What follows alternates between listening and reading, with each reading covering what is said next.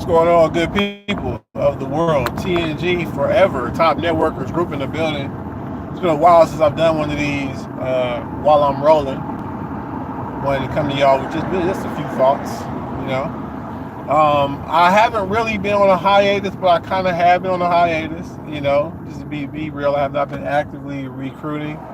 I'm getting back into it though. I'm actually building some new relationships right now. Some of you may be watching this video pretty soon, and I want to say welcome and thank you for taking time out your day to see what I had to say. Be sure to hit that subscribe button and go through our channel. There's tons of content on the channel that you might get some value out of. Leave some comments. Let me know what is benefiting you so I can make more information on those topics. If you got questions, feel free to leave those, and I can, make some videos addressing some of those questions. But yeah, I want to talk shop with you for a moment. A few thoughts I had about our industry last night. You know, about how things go within our industry.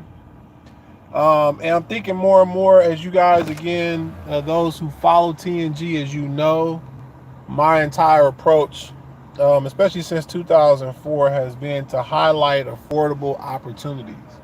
I think that's one of the challenges that we have, is when it comes to the society we live in. You have people who are doing um, very well financially if you are of a certain hue.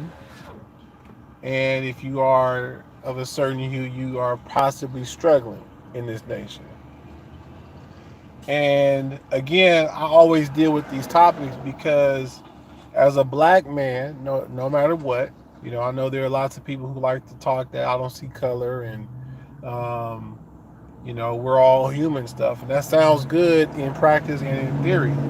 But the reality is, no matter what I do or say, there are people who are going to see me as a black man, first and foremost. Even the ones who claim they don't see color can see the texture of my hair, my facial features. They know what I am, and so I don't beat around the bush with that or run from that or hide from that. I'm proud of who I am. I love it. I wouldn't trade what I am for anything else in the world, and I mean that. All the issues and things that happen out here in this world. I'm thankful that I came into this world the way I came in. I'm thankful for the experiences. I've shared this, a few times, but again, if you're new, I'll share it for you. Um, Being on this side of the fence, you learn so much more about the game because you see the game up close and personal. Right? Again, everybody's little sayings don't mean nothing because you see the actions that people take and you experience it when you're a black man. You know for sure that these concepts are not in our minds or made up or any of that nonsense, especially when we talk about the wealth gap. We're talking about who has money and who really doesn't. So with that being said, again, one of the biggest challenges we face within the MLM industry, a lot of people get into MLM because they don't have money. If you had money to buy a Starbucks, why would you waste time in a network marketing company? You would just go buy you a Starbucks. You know, if you could afford an In-N-Out franchise or a McDonald's franchise, you would go buy into those franchises. You wouldn't even waste time with MLM. So when we're talking about MLM, generally speaking, I would say about 80 to 90% of the people who get into this industry, regardless of your income, okay? Because even, again, a lot of people who fall into the classes where your income is actually pretty good, where you're on the higher end of the wealth gap scale, even many of you, with all the money you make, can't afford to go get you a Starbucks, can't afford to go get you a McDonald's franchise. So you're here in MLM. We're all here in MLM for that similar reason. We want to be in business for ourselves. We may not want to be in business by ourselves, but at the same time, we don't have big franchise money. So you see, I'm okay with that. You know, that being said, those of you who come into this industry that have a little more disposable income than the rest, y'all need to learn how to calm yourselves down. You know, y'all are constantly pushing companies and products that may or may not be legit simply because you see a way to make large sums of money faster. So you look at a $10 a month opportunity and you frown your nose because the commission is only $1 per person that you recruit. Then you look at an opportunity that is $500 to join, $200 to be on auto ship each month to qualify for commissions. You might actually be getting around $50-$60 per rep. And you're looking at it and you're saying things like, well, the same effort that I'm putting in to recruit to make $1 is what I'm going to get to make $60. And you actually think that's a real comparison. And it's not. What most of y'all are doing with this model is you are going broke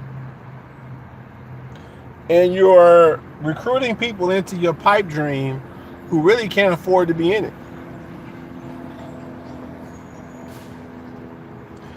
And this leads to them calling our industry a scam. You see? And it's all because of greed, of you wanting to make more money off your reps, off your downline, than putting them first, putting their needs first, understanding what they need, and working together so you both can meet your mutual goals. You know, a $10 opportunity, more people can afford that.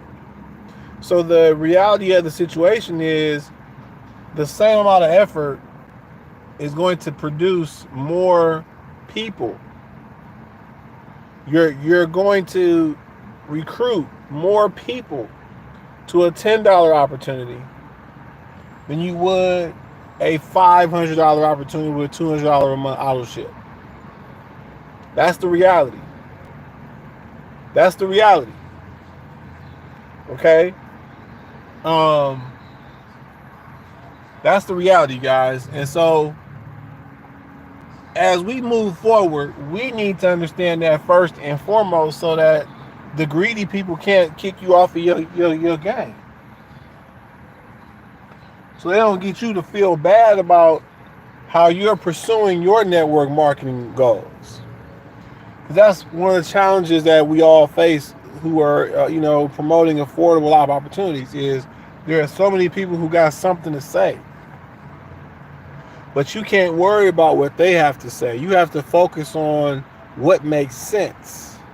Because if it makes sense, it's going to make dollars. And those dollars are going to add up. And if more and more of you are making money, it attracts more people. When only a handful of folks are making money and the rest of your company is struggling, which is the majority of MLM companies, that turns people away. That turns people into hypers, into liars, right? Why do that? Let's be more down to earth with our approach to MLM. And that's really what I wanted to share with y'all today. Thanks for watching. Again, let me know if you got any questions or comments, and I'll see you at the top. Top Network.